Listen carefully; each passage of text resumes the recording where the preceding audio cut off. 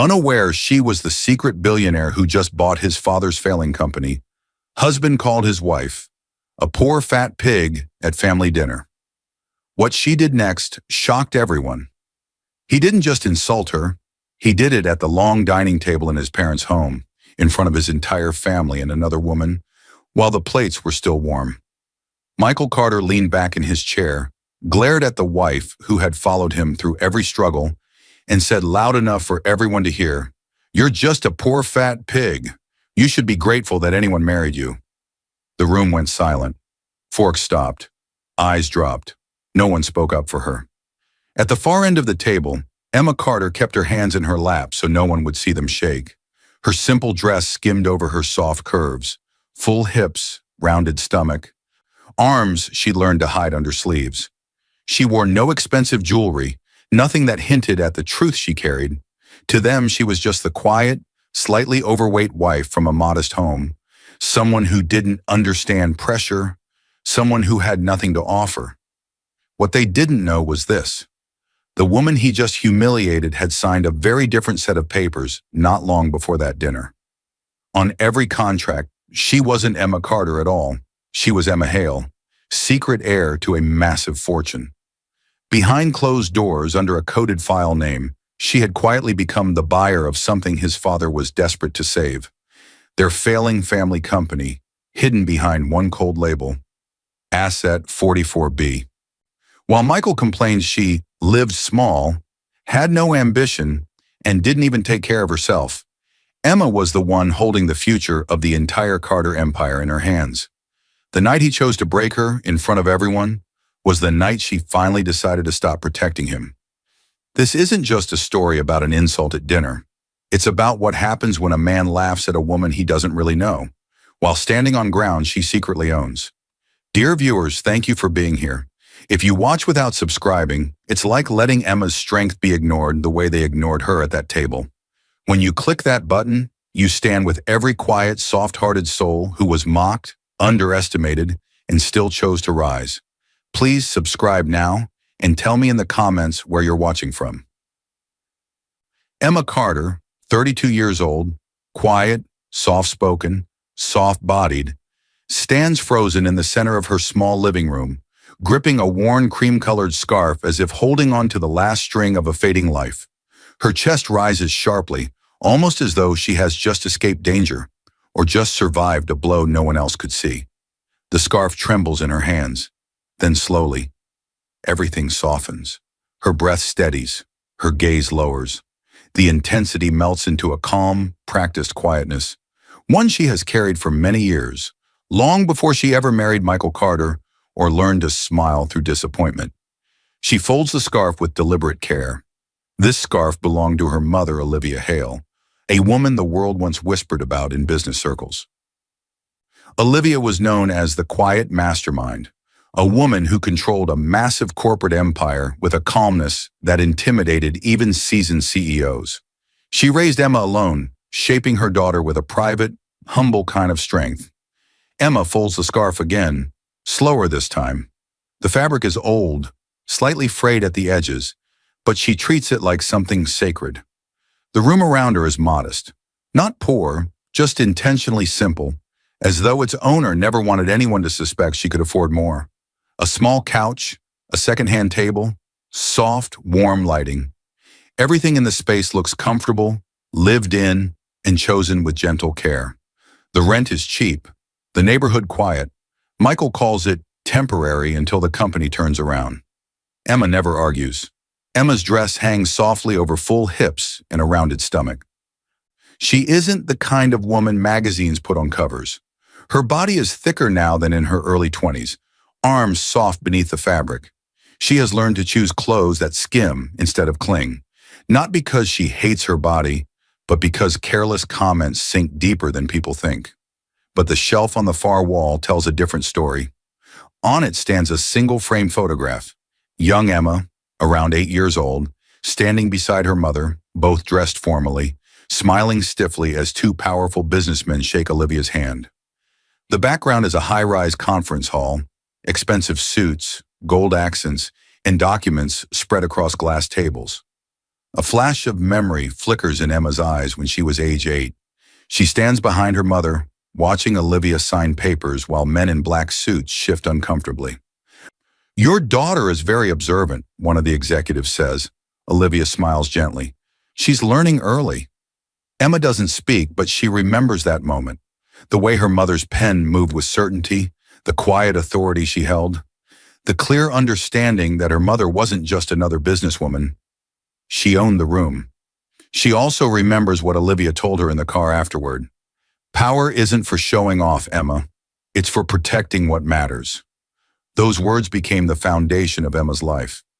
Back in the present, Emma places the scarf on the shelf beneath the photo. Her fingers linger for a moment on the wooden edge, as if grounding herself. Emma inherited her mother's empire the week she turned 19. Not a portion of it, all of it. Billions in assets, shares across dozens of industries. Companies people on the street would recognize by name. A legacy built quietly, intentionally, and passed down even quieter. Legally, she never changed her name on any of those documents. On every contract, every trust, every acquisition, she is still Emma Hale. Carter is the name she uses for everyday life, for marriage, for neighbors, for family dinners. In the world that moves money, she is the Hale heir, and almost no one around her knows these two identities belong to the same woman. Emma swore she would never let wealth define her relationships, not after watching people try to use her mother, not after watching Olivia hide tears behind office doors. So Emma built a life disguised as ordinary. She chose a simple marriage, a simple home, a simple job, a simple appearance. She became the woman no one envied. The woman no one targeted. The woman no one suspected. And for years in that disguise protected her. Until now. The sound of running water stops down the hallway. A bathroom door clicks. A shadow moves past the dim light beneath the doorframe. Her husband, Michael Carter, 35 years old, charming when he wants to be, impatient when he thinks no one notices, steps out into the hallway, towel around his neck. He doesn't know Emma is listening. His voice echoes lightly through the thin walls of their rented townhouse. "I can't stand this," he mutters, annoyed. "Always moving so slow. Always acting clueless." Emma closes her eyes briefly. She has grown used to the subtle disrespect that slips through his tone, the sighs, the impatience, the small remarks he thinks she doesn't hear. He wasn't always like this, but the company's decline over the past year has sharpened him into someone hard and cold. She finishes straightening the living room, moves a small plant closer to the window, wipes a faint speck from the table. Movements of someone who finds control in small, gentle details. When everything is in place, she picks up her bag. She opens the front door, pauses. A strange tightness creeps up her spine, a quiet awareness, a whisper of change, the feeling that something unseen has already shifted behind her, waiting to reveal itself. Emma didn't know why she hesitated, only that the world behind her no longer felt the same. Her hand tightens on the doorknob. Today, something is different. Today is the same day she will sit at his family's long dinner table. Today will be the last day anyone sees her as ordinary. As she steps outside, a muffled notification sound comes from Michael's phone inside the house, followed by a quiet, unfamiliar female laugh from a short voice note before it's silenced. Emma doesn't hear it, but the audience does. Michael Carter stands in the kitchen with his back turned to the door. His shoulders shake, not from stress, but from a quiet laugh he tries to hide. The glow of his phone lights his face, revealing a grin he never shows Emma anymore. Another message flashes on the screen next to a contact saved as JW Accounts. Another smile. He types quickly, eagerly. This was the version of Michael Emma never saw, the version that saved his warmth for someone else. Just then, the front door clicks. Emma enters softly. Michael instantly stiffens. He slides his phone into his pocket like it's something fragile and forbidden. His smile vanishes before he turns around. Emma doesn't catch any of this. She only smells something strange as she walks closer, a sweet perfume she doesn't wear. It clings to his shirt faintly, like a ghost that refuses to leave. She pauses, eyes narrowing for half a second. But Emma's gentle by nature. She doubts her own suspicion before she doubts him. Her voice stays soft. "Long day?" she asks. Michael sighs loudly, overdramatically, as if her presence alone is exhausting. Yeah, stressful. I'm tired, he says, brushing past her to reach the fridge. The shift is subtle, but cutting. Emma feels it. The audience feels it. Michael didn't answer her question. He avoided it. And his tone wasn't just tired, it was dismissive. He grabs a drink, opens it sharply, and leans against the counter with the silent impatience of someone who wishes he were somewhere else. Emma tries again, gently. Is everything okay with your father's company? Michael shrugs, irritated. It's always something, and honestly, you wouldn't understand. You don't really know what pressure feels like. Emma's hands tighten slightly. A tiny sting hits her chest, but she hides it. She has known pressure her entire life, pressure he never imagined. But she chose never to burden him with her truth. To him, she's the woman with a simple job and a simple life, not someone who sits over billions in hidden assets. Michael keeps talking, more to himself now. Sometimes I wish you had more drive, more ambition, something to help the family instead of just being simple.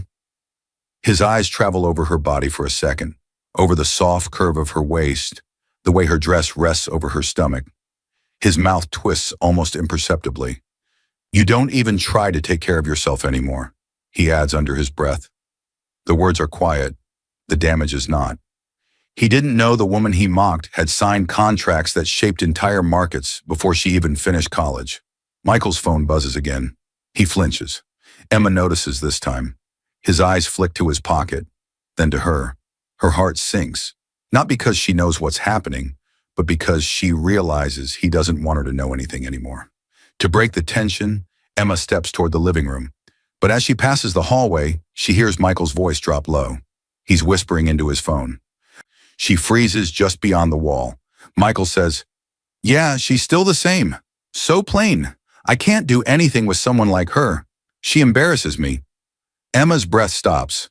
Not fully, but enough that she must hold herself upright against the wall. She doesn't hear the name of the person he's talking to. She doesn't hear the soft giggle on the other end. She only catches fragments, painful shards of sentences that pierce more deeply than she expects. Her eyes soften, not with tears, but with a quiet ache. She turns away before he notices she overheard. She doesn't confront him. She never confronts harshness with harshness. She retreats into herself, just as she was taught. Emma believed the man she married was still somewhere inside him, but she was wrong. Michael steps out of the hallway, phone still in his hand. Emma is standing in the living room pretending to read a magazine, her posture calm but her eyes distant. The magazine is upside down. He doesn't even notice. He doesn't notice the change. He doesn't notice her fading hope. He doesn't notice anything about her anymore. He walks right past her without a glance. As Michael disappears into the bedroom, his phone buzzes again, this time louder. A woman's voice message plays briefly before he shuts the door. "Miss you already, Mike." And while Emma questioned her worth, his father's collapsing company was about to pull all their secrets into the light. Richard Carter, 62 years old, Michael's father and the CEO of their family company, slams a stack of financial reports onto his office desk. Papers scatter across the floor. His face is red, sweaty, shaking with a frustration he can no longer hide. He paces back and forth in the dim office, every step heavy with fear. "This is it," Richard growls. "We're finished. The company will sink in weeks at this rate." Michael stands opposite him, his voice rising as panic takes over. He is not calm, not controlled, not anything like a capable partner in crisis. He is shouting, "Then find investors, Dad. Do something. We can't let your father's legacy end like this." Richard points a trembling finger at the glowing document on the screen. "Emergency financial review. Immediate action required." His voice breaks. "I've already done everything I can. We're drowning in debt. The banks are done with us, and the last investor walked after seeing the numbers." The tension hangs thick and suffocating. Emma knew corporate collapse better than anyone in that office. She had witnessed one at the age of 13 and watched her mother rebuild an empire stronger than before.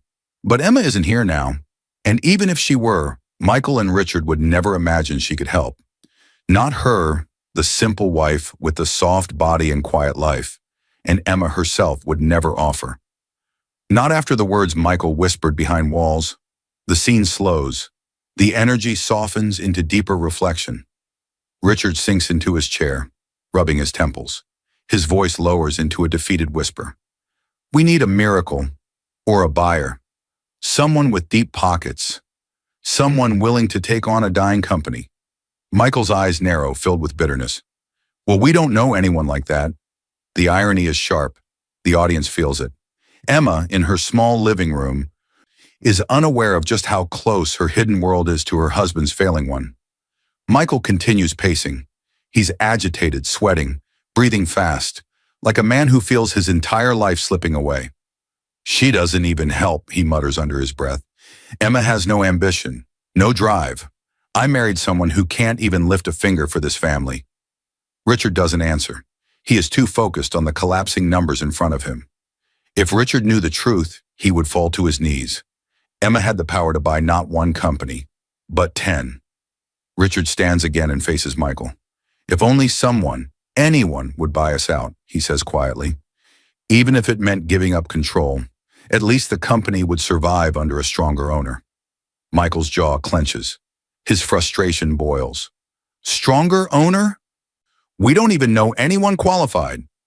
Richard sighs with exhaustion. Then pray one exists. The camera cuts to a different location. Several days earlier, Emma sits at her small desk with her laptop open. She is doing her nightly routine, reviewing the list of acquisitions her legal team screened for her investment portfolio. She takes this seriously, even in her simple life. A video call is open on her screen. Ms. Green, Emma's family lawyer, an older woman with sharp glasses and a calm voice, explains the files. This next one, Emma, is labeled Asset 44B, she says. It's a struggling company. We recommend purchasing it before it collapses entirely. The price is favorable, and anonymity will remain intact. Our checks show no conflict with your existing holdings. Emma nods softly, pen tapping the desk. Sector, she asks. Manufacturing and logistics, Ms. Green replies. Old family-run structure, good contracts, poor recent management. The kind of company your mother used to turn around in her sleep. On Emma's screen, there are only charts, ratios, and coded identifiers. No brand names, no familiar logos. The full legal name, Carter Industries, appears only on Ms. Green's internal documents, never on Emma's mass summary. Emma signs the document with a quiet certainty. Go ahead, she says. Approve the acquisition. To everyone in the legal chain, she is Emma Hale, acting through a holding company. To the system, Carter is just another surname in a long list. No reason to link it to her husband. Emma does not know she just bought her husband's family company. As Emma closes the laptop, the screen flickers briefly, showing the company's full name for just a split second before shutting down. Emma doesn't see it, but the audience does. Carter Industries. By the time she learned the truth, the papers would already be signed and the date of takeover set in stone. Emma's laptop screen flashes to life, filling her dim living room with a cold blue glow. The encrypted video call buzzes loudly, almost violently, before stabilizing. On the screen appears Miss Green, her longtime family lawyer. Ms. Green is a woman in her late 50s, silver hair pinned tight, thin glasses framing sharp eyes trained to see through any contract or lie. She has been the guardian of Emma's inheritance since the day her mother died. Her voice enters with urgency. Emma, we need to review these documents tonight. The market window is closing fast on several flagged assets. She speaks fast, too fast. Emma feels the pressure instantly. She straightens in her seat, heart beating a little quicker, not with fear, but with the deep seriousness her mother taught her to carry when handling business. On the coffee table sits a tall stack of folders, each one marked with code numbers instead of names. No logos on the front pages, no company titles where Emma can see them. Just numbers, 44A, 44B, 45C, 51F, a security measure designed by her mother's lawyers decades ago. This system kept Emma's identity hidden from every company she owned or invested in. It also kept her distant from the emotional pull of familiar brands or family names. Everything she sees is filtered. Performance, risk, return. Nothing personal. It was the rule Olivia had insisted on. Power is safest when no one knows where it sits. The scene slows into deeper reflection. Emma takes a quiet breath, brushing her fingers over the edges of the folders. She has done this routine many times. Reading files, signing approvals, trusting Ms. Green's team to do the deep digging. In all these years, her anonymity has never once been breached, and her personal life has never overlapped with her portfolio. Ms. Green flips through her own copy of documents. "This next acquisition is important," she says, tapping a page. "Asset 44B. It's a failing company, but it has strong structural value. Our research shows it could return to profit with the right owner. The current family leadership is sentimental and attached to the past, but there's a backbone worth saving." Emma nods lightly. She has no reason to doubt them. Ms. Green continues, voice lower. "There is one more thing. This company seems to have sentimental value to someone. It's old, family-run, and has roots stretching back over 3 generations. The current executives will receive formal notification after closing.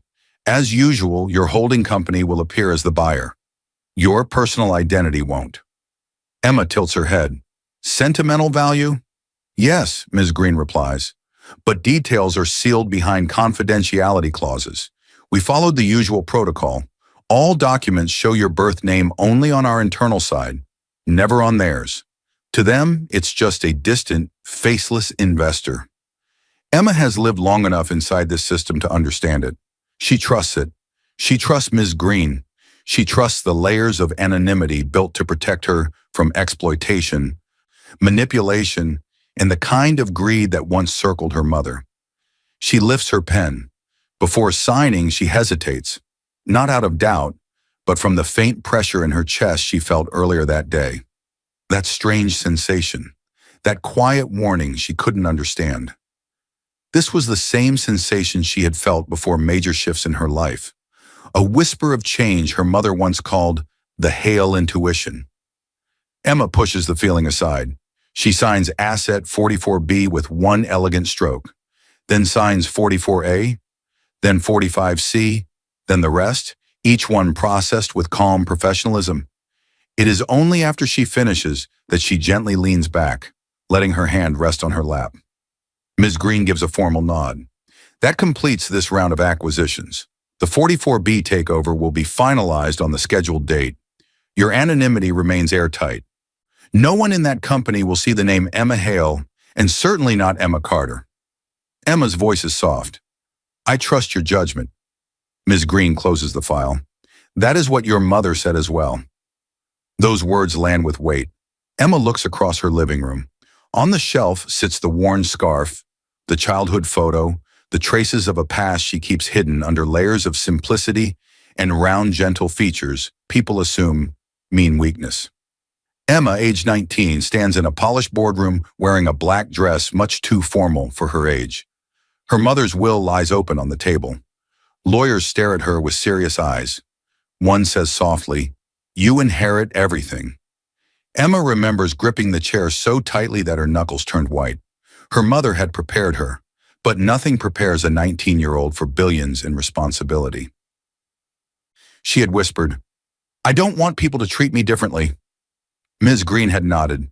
"Then we will make you invisible, everything in your birth name, no link to whatever name you take if you marry." Back in the present, the video call ends. Silence fills the room. Emma gathers the signed documents and places them neatly in a folder, unaware of what she truly set into motion. She doesn't know she has just changed the course of her husband's entire life, or his father's, or the family that quietly looks down on her body, her clothes, her quietness.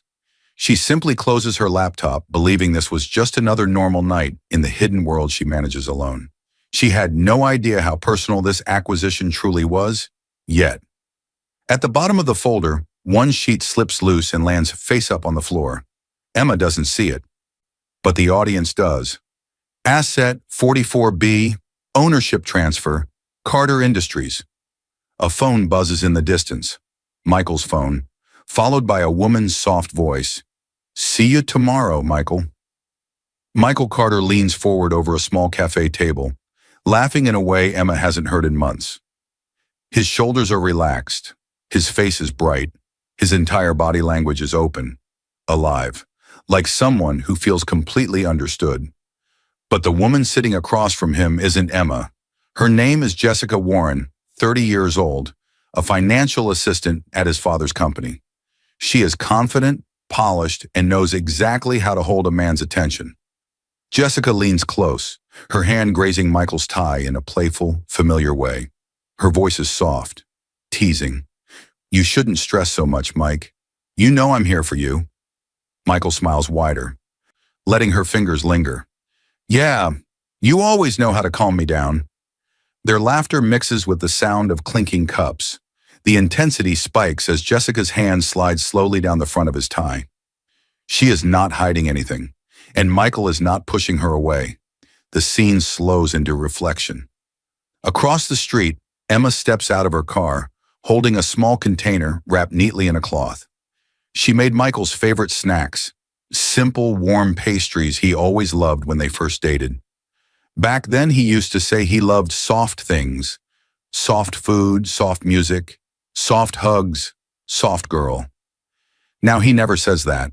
She knows he has been coming to this cafe more often to talk strategy with colleagues.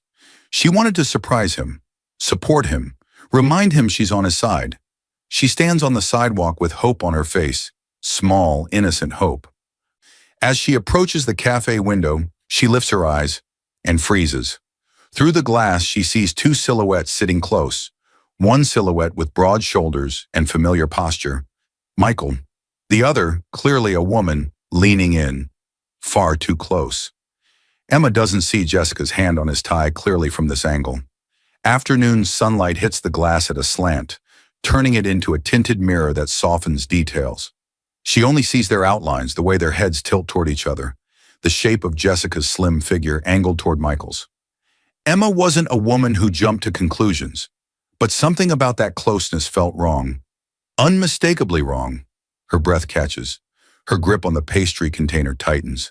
She takes a small step back, then another, careful not to make a sound. Her mind tries to protect her heart. Maybe it's nothing. Maybe it's a colleague. Maybe he's just stressed. But her instincts whisper the truth she isn't ready to hear. Emma slowly moves to the side of the building where she can watch without being seen, hiding behind a column near a parked car. Inside, Jessica leans in again and whispers something into Michael's ear.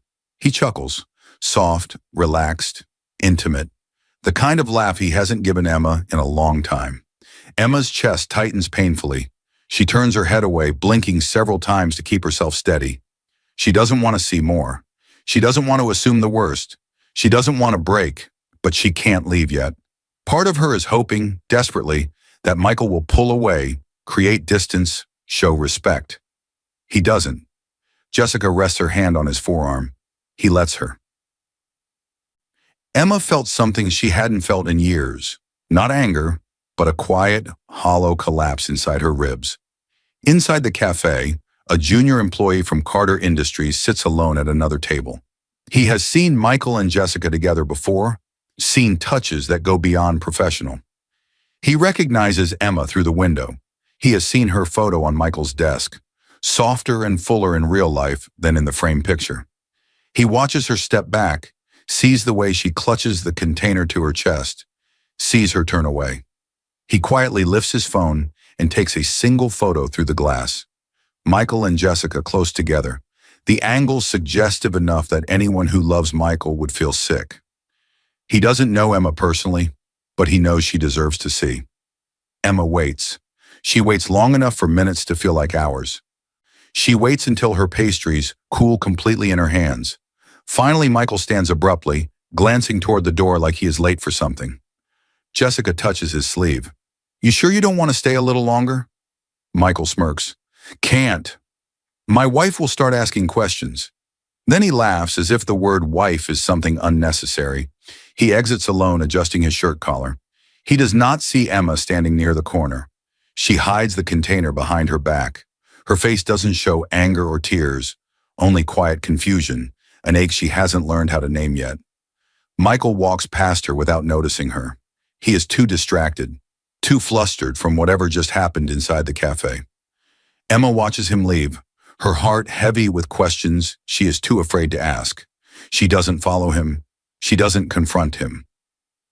She simply turns away, clutching the pastries like they are the last soft part of her day. Emma has always believed in giving people space, not pressure. Her mother taught her never to accuse without proof, never to break trust without certainty.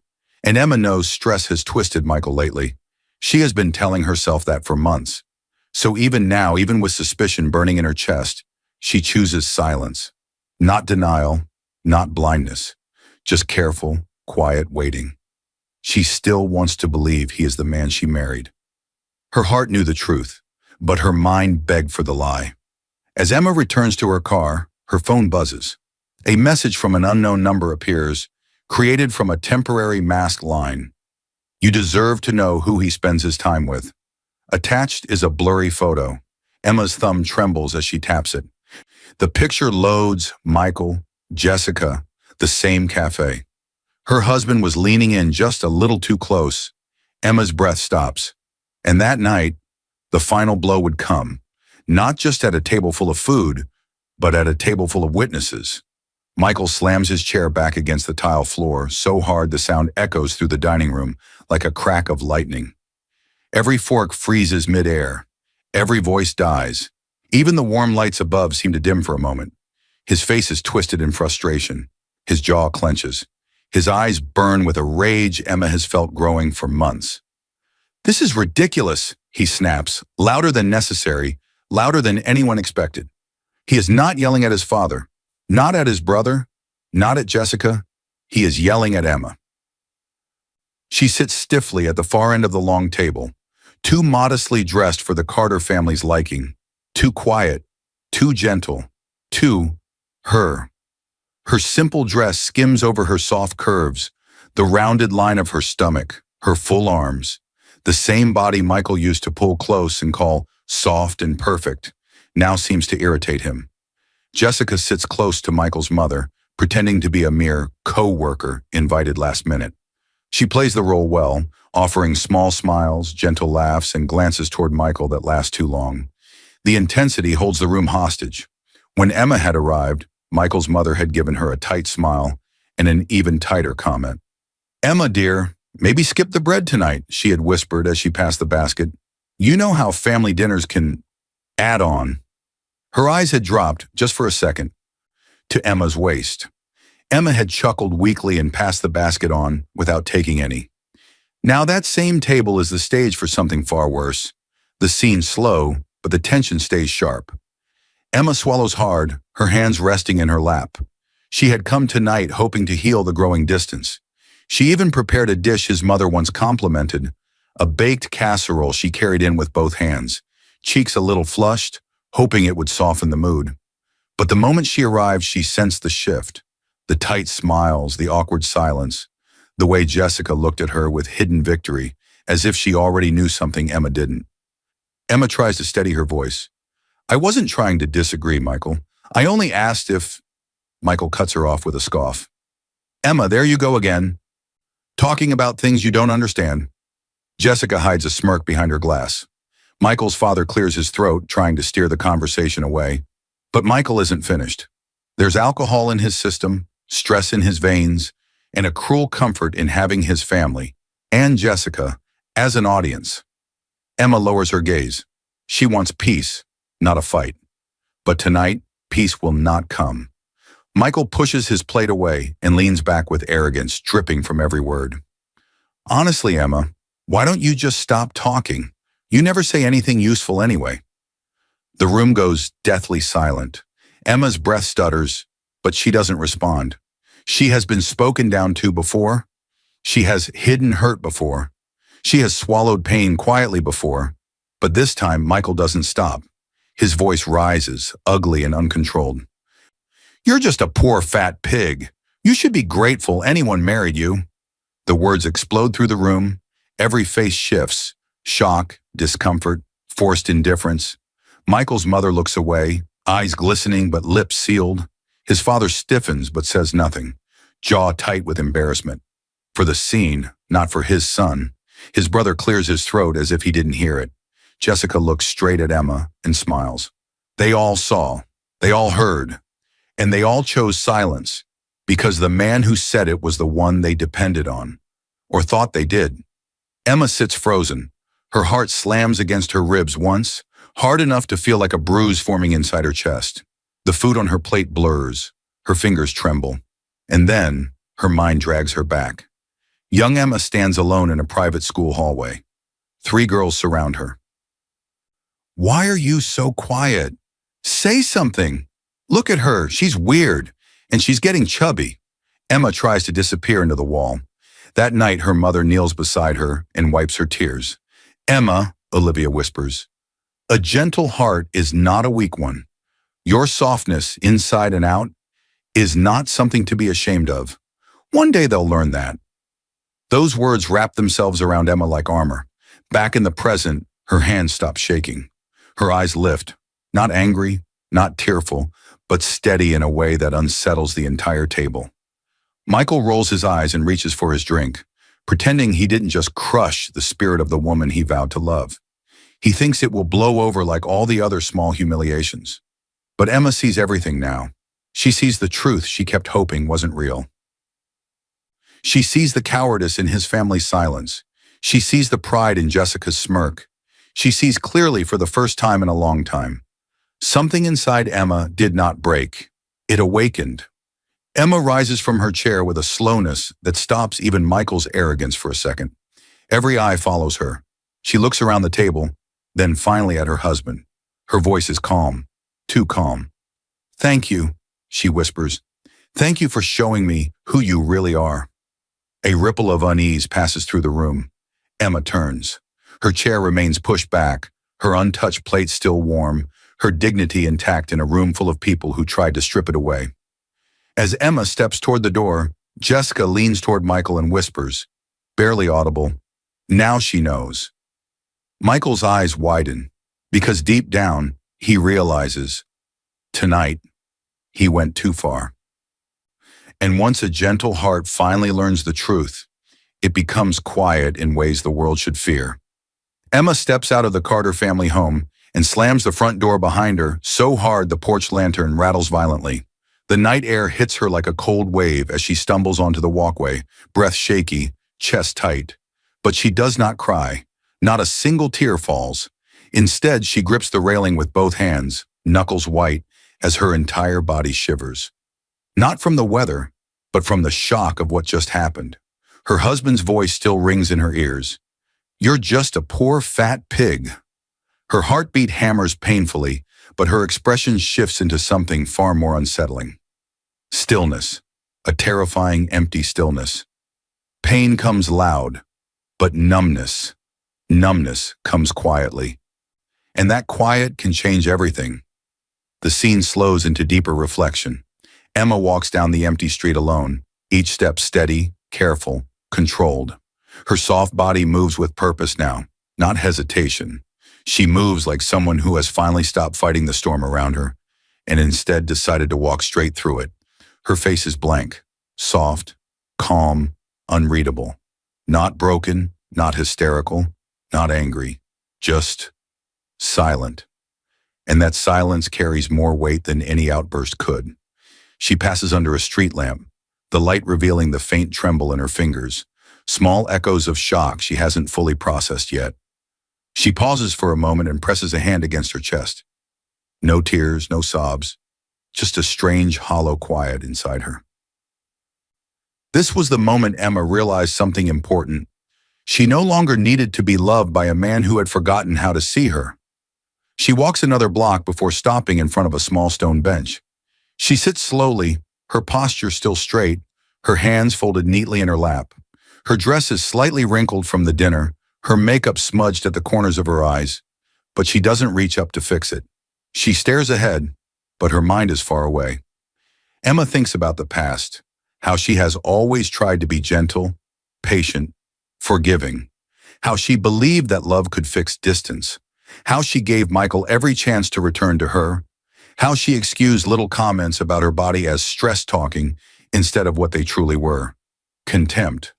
But tonight he destroyed that last fragile thread. Her heart doesn't feel fragile anymore. It feels quiet, steel quiet. Emma lifts her chin and exhales softly, and with that breath, her numbness transforms into something new. Purpose. Decision point. She reaches into her bag and pulls out her phone. Her thumb hesitates for only a second before dialing a number she almost never uses unless something is serious. A voice answers almost immediately. Ms. Green, her mother's old friend and now Emma's head lawyer, speaks gently. Emma, is everything all right? Emma's tone is calm. Too calm. Yes, move the acquisition date. Ms. Green sounds confused. To when? Tomorrow morning, Emma says. I'll be there in person. I want to speak to the board myself. The silence that follows is brief but heavy. Miss Green knows Emma well enough to hear the change in her voice, the shift from softness to quiet steel. As you wish, Ms. Green replies. I'll handle everything. I'll notify the other side that the new owner's representative wants a meeting. Emma ends the call. Her heart doesn't race. Her breath doesn't shake. She feels nothing but clarity. Emma rises from the bench and walks home with slow, deliberate steps. She enters the house quietly. Michael is still at his parents' place, drowning in his own ego and attention. She goes straight to the bedroom. She opens her closet, reaches up to the highest shelf, and pulls down a small wooden box, faded by time. Inside is her mother's handwriting, a single letter. Emma unfolds it carefully, her hands steady for the first time tonight. The letter reads, Use your inheritance when your heart is no longer safe. Mom Emma closes her eyes, hearing her mother's voice whisper inside her memory. You were born with power, my love, but you must choose when to use it. She exhales, long and slow. Tonight she chooses. She places the letter back in the box, but keeps the folder beneath it, the folder containing every document tied to her identity as the Hale heir, her real identity, her real life, her real power, the life Michael never bothered to learn. Emma walks to the window and looks out at the sleeping neighborhood. The moonlight reflects off her calm, steady gaze. By dawn, the balance of power would flip forever, and as she turns away from the window, her phone buzzes. A new message from that same unknown number. It reads, Tomorrow, he will learn everything. Emma's eyes narrow slightly. This time, she doesn't look afraid. Some storms arrive loud, others arrive dressed in silence, carrying justice in their hands. The boardroom door slams shut behind Michael Carter as he storms in, frustrated and sweating. He throws his briefcase onto the table, startling several board members. His father, Richard, sits at the head of the long, polished table, tapping a pen anxiously. Tension fills the air like pressure in a sealed room. We need this investor, Richard mutters. If they don't show, we're finished. The bank wants answers by the end of the week. Michael adjusts his tie, still shaken from the fight with Emma the night before, but hiding it behind arrogance. He glances toward the glass door. She'll be here, he says.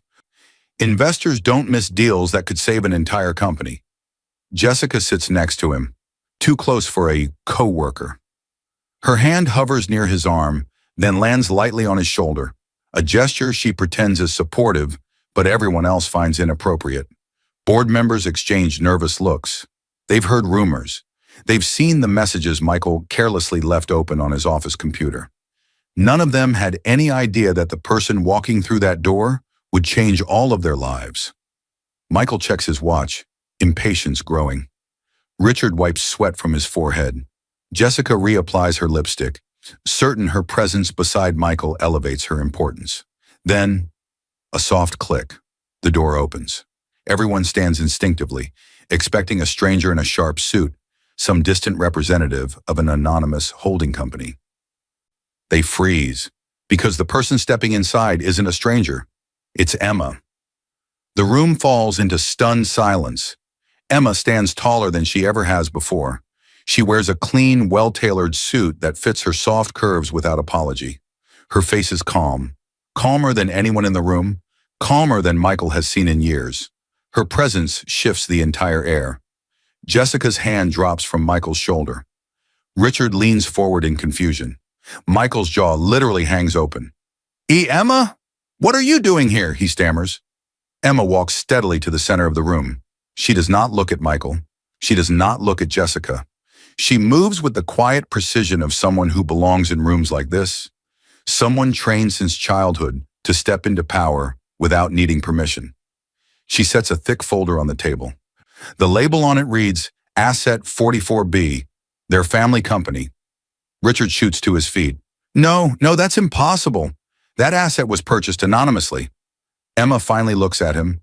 Her tone is calm, steady. Yes, by me. Whispers erupt instantly. She bought the company? His wife? Is that even legal? How did we not know? Michael stumbles over his own disbelief. You're lying. You don't have that kind of money. He stops himself too late. Everyone hears the insult he almost repeated. Emma's gaze doesn't flinch. I didn't come here to argue, she says. I came to inform you that as of 9 o'clock this morning, I am the new majority owner of Carter Industries, acting through my holding company. The transfer is complete. The bank has been notified. Michael's knees seem to weaken. He grips the table to stay upright. Richard's voice shakes. How is this possible? Emma folds her hands together. My mother left me her entire empire. I chose to live simply. You just never asked who I was. The words hit harder than any anger could. Michael's mouth opens, closes, opens again. He looks like a man drowning without water. Jessica slowly scoots her chair away from him. Emma continues. She opens her briefcase and pulls out 2 documents, sliding them across the table toward Michael and Richard. They both lean forward and go pale. Termination notices, signed, effective immediately. Emma speaks softly. As majority owner, I am restructuring leadership. I cannot keep executives who mismanage funds, ignore warnings, and treat their employees and their families with disrespect. Michael's eyes widen. You can't fire me. Board members shift uncomfortably. One of them clears his throat. She can, he says quietly. With that ownership stake, she absolutely can. But Emma isn't done. She pulls out another envelope and places it gently in front of Michael. An evidence packet. Inside, photos of him with Jessica, screenshots of messages, records of company funds used for dinners, gifts, hotel rooms, all marked, all printed, all sourced from internal audits Emma ordered the moment she moved the acquisition date. Every sin laid bare. Jessica's face drains of color. She slowly removes her hand completely from Michael's arm, distancing herself inch by inch. Michael collapses back in his chair, trembling. Emma, please, I can explain. But Emma doesn't respond. Her silence is colder than anger, sharper than betrayal, more powerful than revenge. The entire boardroom watches in awe. This gentle, plus-size woman standing like a quiet storm, turning the room upside down with nothing but truth and signed documents. Extreme cliffhanger ending. Emma gathers her documents and steps back from the table. I have one final announcement, she says, her eyes locked on Michael. Everyone holds their breath. She opens a folder labeled Dissolution of Marriage, Petition.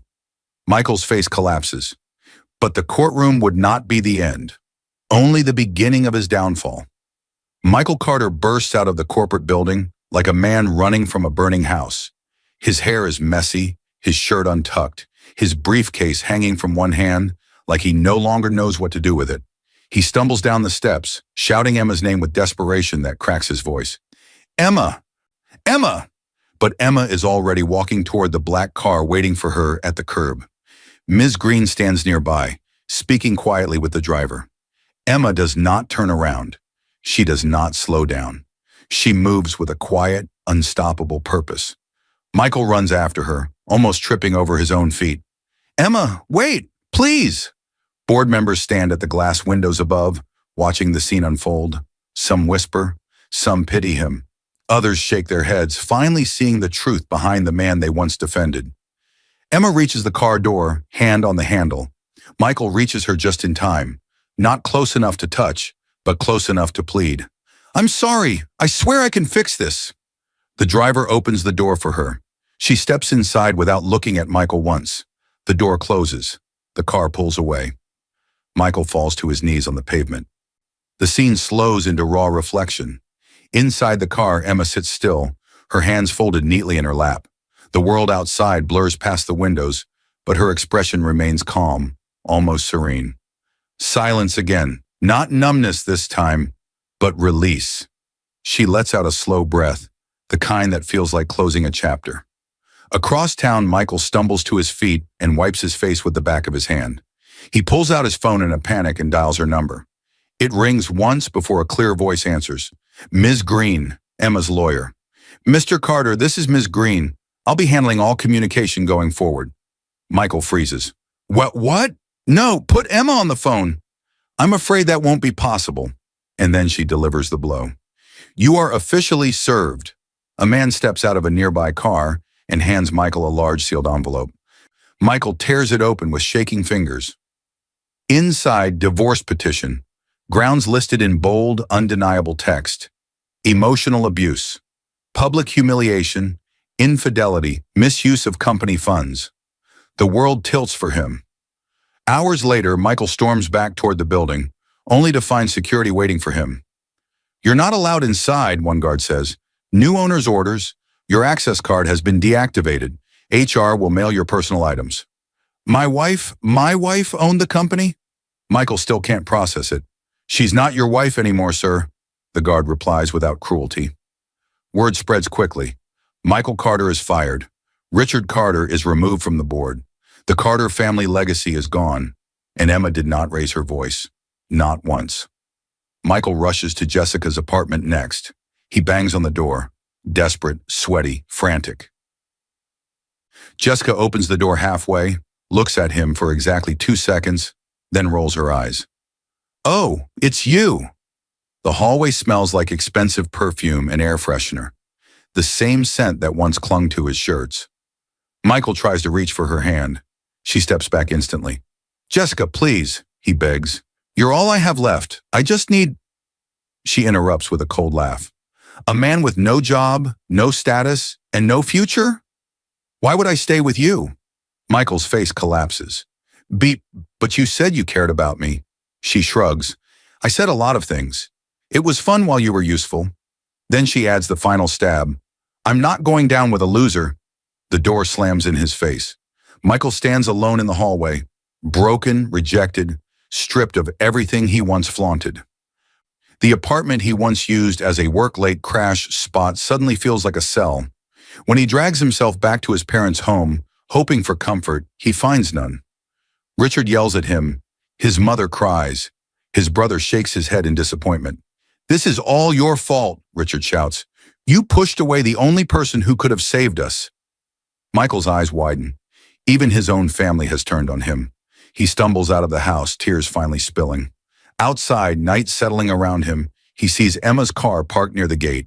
She is stepping out, talking quietly to Ms. Green, who hands her another document to review. Michael runs toward her again. Emma, please! She turns slowly this time, just once, so he can see her face. No hatred, no anger, no fear, just clarity. Emma, I can change, he cries. Her answer is soft, steady, unshakable. You did change, she says. That was the problem. She steps toward her car again. Michael freezes when he sees the envelope in her hand. Another legal document. His eyes widen. Michael thought he had lost everything, but the real storm was still ahead. Emma's car door closes. She doesn't look back. And tomorrow, justice would arrive in a room where truth has no place to hide. A heavy wooden door swings open, banging lightly against the wall as Emma Hale steps into the executive office. Her executive office now. The sound echoes through the room like a declaration, a final announcement that the old world is gone and a new one has begun.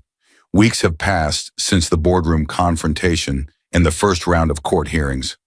Enough time for legal processes to move forward, for paperwork to be filed, for decisions to become final. Stacks of documents wait on the polished table. A fresh nameplate sits at the edge.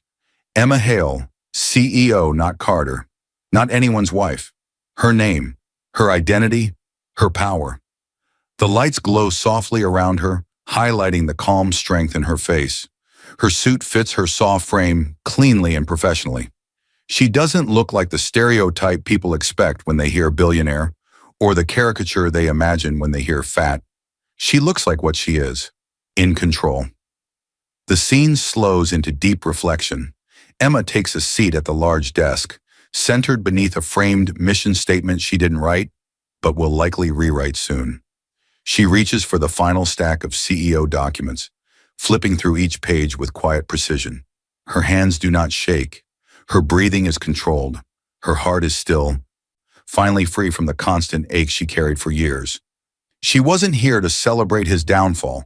She was here to rebuild the pieces she inherited from her mother, the legacy she protected in silence. Emma signs the last page. Then she opens her purse and retrieves a small letter, the one her mother wrote years ago.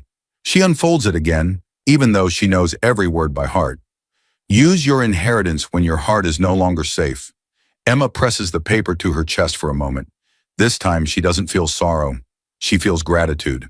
Her mother prepared her for this, prepared her to walk away from disrespect without needing revenge, prepared her to stand tall without raising her voice, prepared her to live in the body she has, with the power she carries, without apologizing for either. She slides the letter back into the purse and closes it gently. Across town, Michael faces the aftermath. The divorce decree arrived days ago. Spousal privileges removed. Claim to the company, none. Claim to her wealth, none. Claim to her life, gone. Board members avoid him. Neighbors close their blinds. Jessica has blocked his number. His parents speak to him only when necessary, their voices brittle and tired. He sits alone in his tiny apartment, the same place he once used as an affair hideout, staring at the legal notice Emma's lawyer delivered. He is left with debts, a damaged reputation, and the echo of his own words. "You're just a poor fat pig." She didn't destroy him out of anger. She simply removed herself from a place she was never respected, and the structure that depended on her broke under its own weight. Back at the office, Emma stands, smoothing the front of her blazer. Her calm expression does not falter. She takes her simple purse, the same one everyone ignored for years, and walks toward the door. Her heels click softly against the floor, a steady rhythm that fills the empty hallway with quiet power. When she reaches the main lobby, employees pause mid-conversation. Heads turn, eyes widen. "That's the new owner?" She's so calm. "I thought she was just his quiet wife." "She saved the company? She bought everything?" Whispers spread like rising wind. Emma gives no speech, no grand announcement, no dramatic stare-down. She simply walks through the large glass doors, her posture straight, her heart steady, her future wide open. As she steps outside, her purse swings slightly and opens just enough for the audience to see inside. A photo of her mother, smiling warmly. A folded divorce decree, final and irreversible. These two objects represent everything she overcame and everything she reclaimed. The quiet ones are rarely weak. They simply wait for the right moment to show their strength. Emma walks into the sunlight, no longer hiding, no longer underestimated, no longer afraid. The doors close behind her with a soft thud. Fade out. And somewhere behind those closing doors, a man realized too late that he had never known the woman he lost. The end.